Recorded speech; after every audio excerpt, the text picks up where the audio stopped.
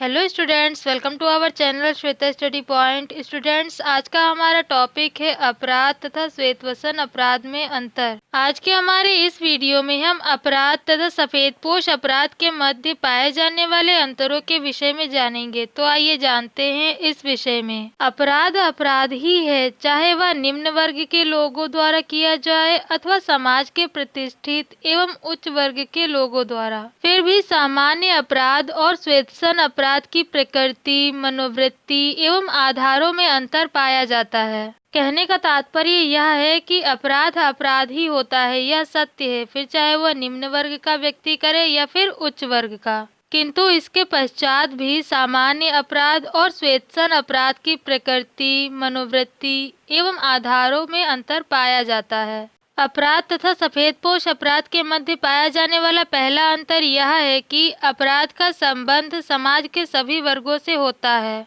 जबकि इसके विपरीत श्वेतवसन अपराध का संबंध केवल समाज के उच्च वर्ग से होता है। दूसरे शब्दों में कहे तो जो सामान्य अपराध होता है वह समाज के सभी वर्गों से संबंधित होता है, उसका संबंध समाज के सभी वर्गों से पाया जाता है। किंतु जो श्वेतवसन अपराध होता है वह केवल समाज के उच्च वर्गों से ही संबंधित होता है। श्वेतवसन अपराध तथा अपराध के मध्य पाया जाने वाला दूसरा अंतर यह है कि श्वेतवसन अपराध आर्थिक प्रकृति के होते हैं, जबकि सामान्य अपराध आर्थिक, राजनीतिक, सामाजिक एवं मानसिक किसी भी कारण से किए जा सकते हैं। दूसरे शब्दों में कहें तो जो सामान्य अपराध होते हैं वे आर्थिक कारण, राजनीतिक कारण, सामाजिक कारण एवं मानसिक कारण, इन सभी कारणों में से किसी भी कारण से किए जा सकते हैं। किंतु जो श्वेतवसन अपराध है वे केवल आर्थिक प्रकृति के ही होते हैं। दूसरे शब्दों में कहें तो सफेदपोश अपराध केवल आर्थिक कारणों के कारण ही किए जाते हैं। श्वेतवसन अपराध व अपराध के मध्य पाया जाने वाला तीसरा अंतर यह है कि श्वेतवसन अपराध में व्यक्ति की प्रतिष्ठा को ठेस नहीं पहुंचती, क्योंकि वह प्रत्यक्ष रूप से उसमें सम्मिलित नहीं होता है, जबकि अपराध में व्यक्ति को हीन एवं घृणा की दृष्टि से देखा जाता है, क्योंकि वह प्रत्यक्ष रूप से अपराध में सम्मिलित होता है।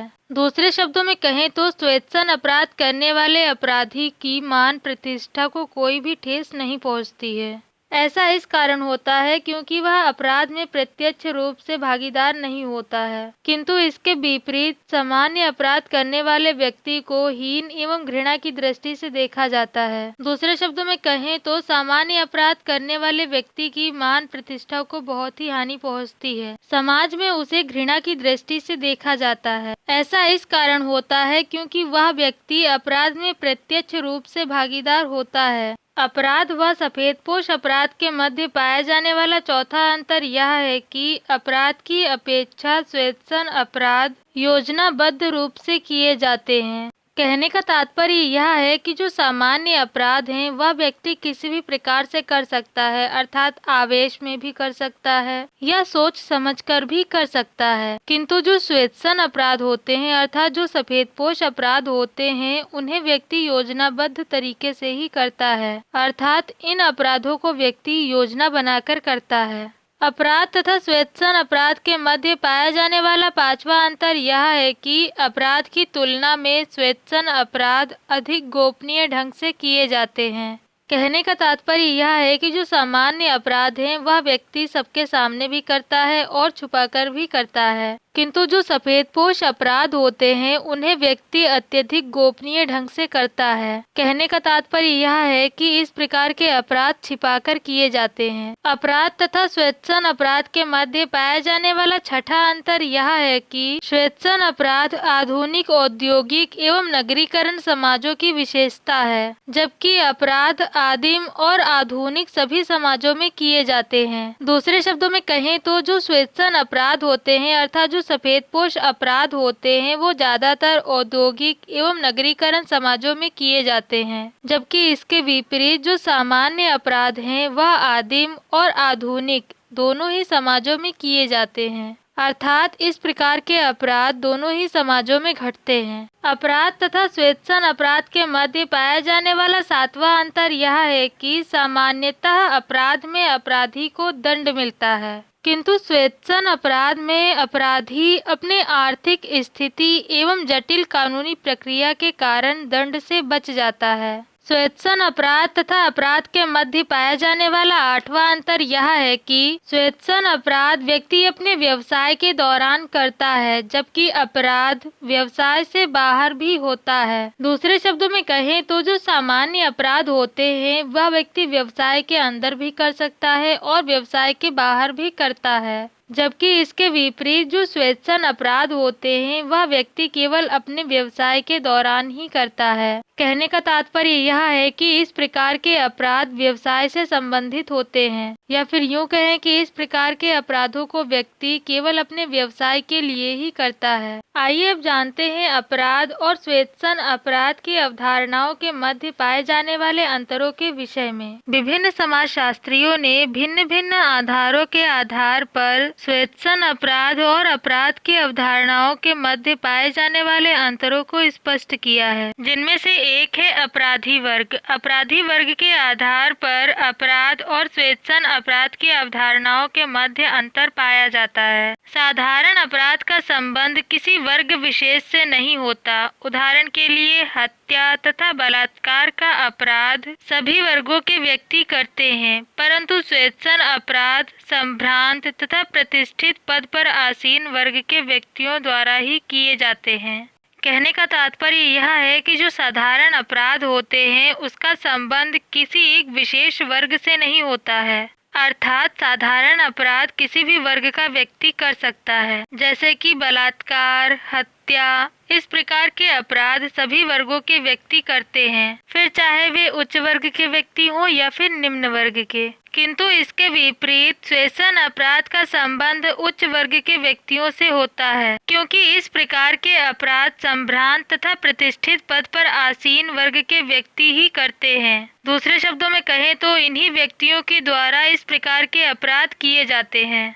अपराध और स्वेच्छन अपराध की अवधारणाओं के मध्य एक अंतर अपराध के कारणों के आधार पर भी पाया जाता है।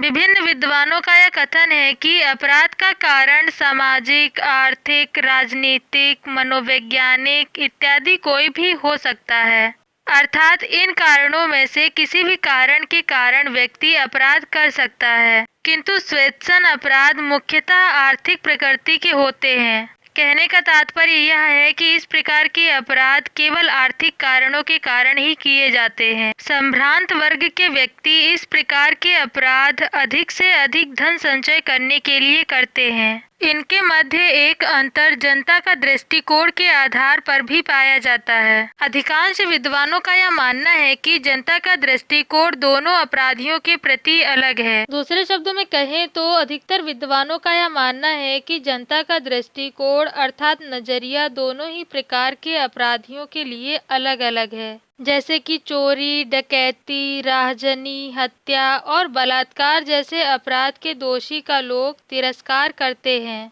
तथा उसके प्रति घृणा व आक्रोश का भाव रखते हैं। वहीं दूसरी ओर यदि कोई व्यक्ति जालसाजी, रिश्वतखोरी अथवा झूठे विज्ञापन देकर कोई लाभ प्राप्त कर रहा हो तो उसका कोई तिरस्कार नहीं करता।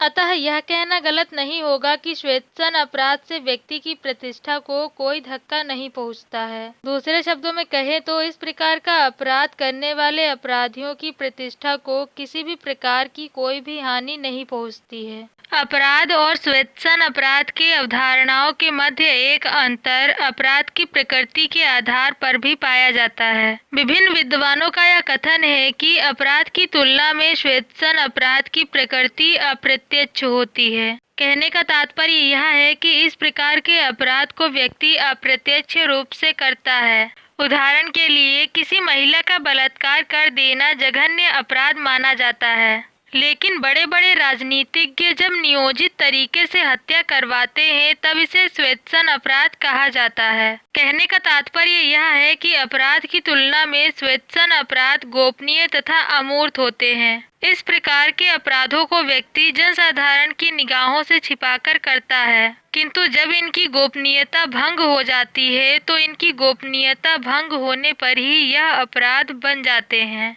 आइए अब जानते हैं दंड के आधार पर इन अवधारणाओं के मध्य पाए जाने वाले अंतरों के विषय में। अधिकांश विद्वानों का यह कथन है कि किसी अपराध के लिए अपराधी को दंड देना राज्य के लिए सरल होता है, लेकिन स्वेच्छन अपराध को प्रमाणित कर सकना बहुत कठिन होता है। कहने का तात्पर्य यह है कि जो सामान्य अपराध हैं उन्हें तो सरलता से प्रमाणित किया जा सकता है, लेकिन जो स्वेच्छन अपराध होते हैं उन्हें प्रमाणित कर सकना बहुत ही कठिन होता है, क्योंकि स्वेच्छन अपराध से संबंधित लोग अपनी प्रतिष्ठा और आर्थिक शक्ति के बल पर अपने विरुद्ध साक्ष्य को तोड़ मरोड़ देते हैं। कहने का तात्पर्य यह है कि इस प्रकार का अपराध करने वाले जो व्यक्ति होते हैं वे अपने आर्थिक शक्ति के बल पर उन साक्ष्यों को तोड़ मरोड़ देते हैं, उन्हें बदल देते हैं या फिर उन्हें खरीद लेते हैं जो उनके विरुद्ध होते हैं। अतः यही कारण है कि इस प्रकार के अपराधियों को दंडित कर पाना प्रायः कठिन होता है। स्टूडेंट्स, ये थी जानकारी अपराध और स्वेच्छन अपराध के मध्य पाए जाने वाले अंतरों के विषय में। अगर आपको मेरी वीडियो पसंद आई हो तो वीडियो को लाइक और शेयर जरूर करें।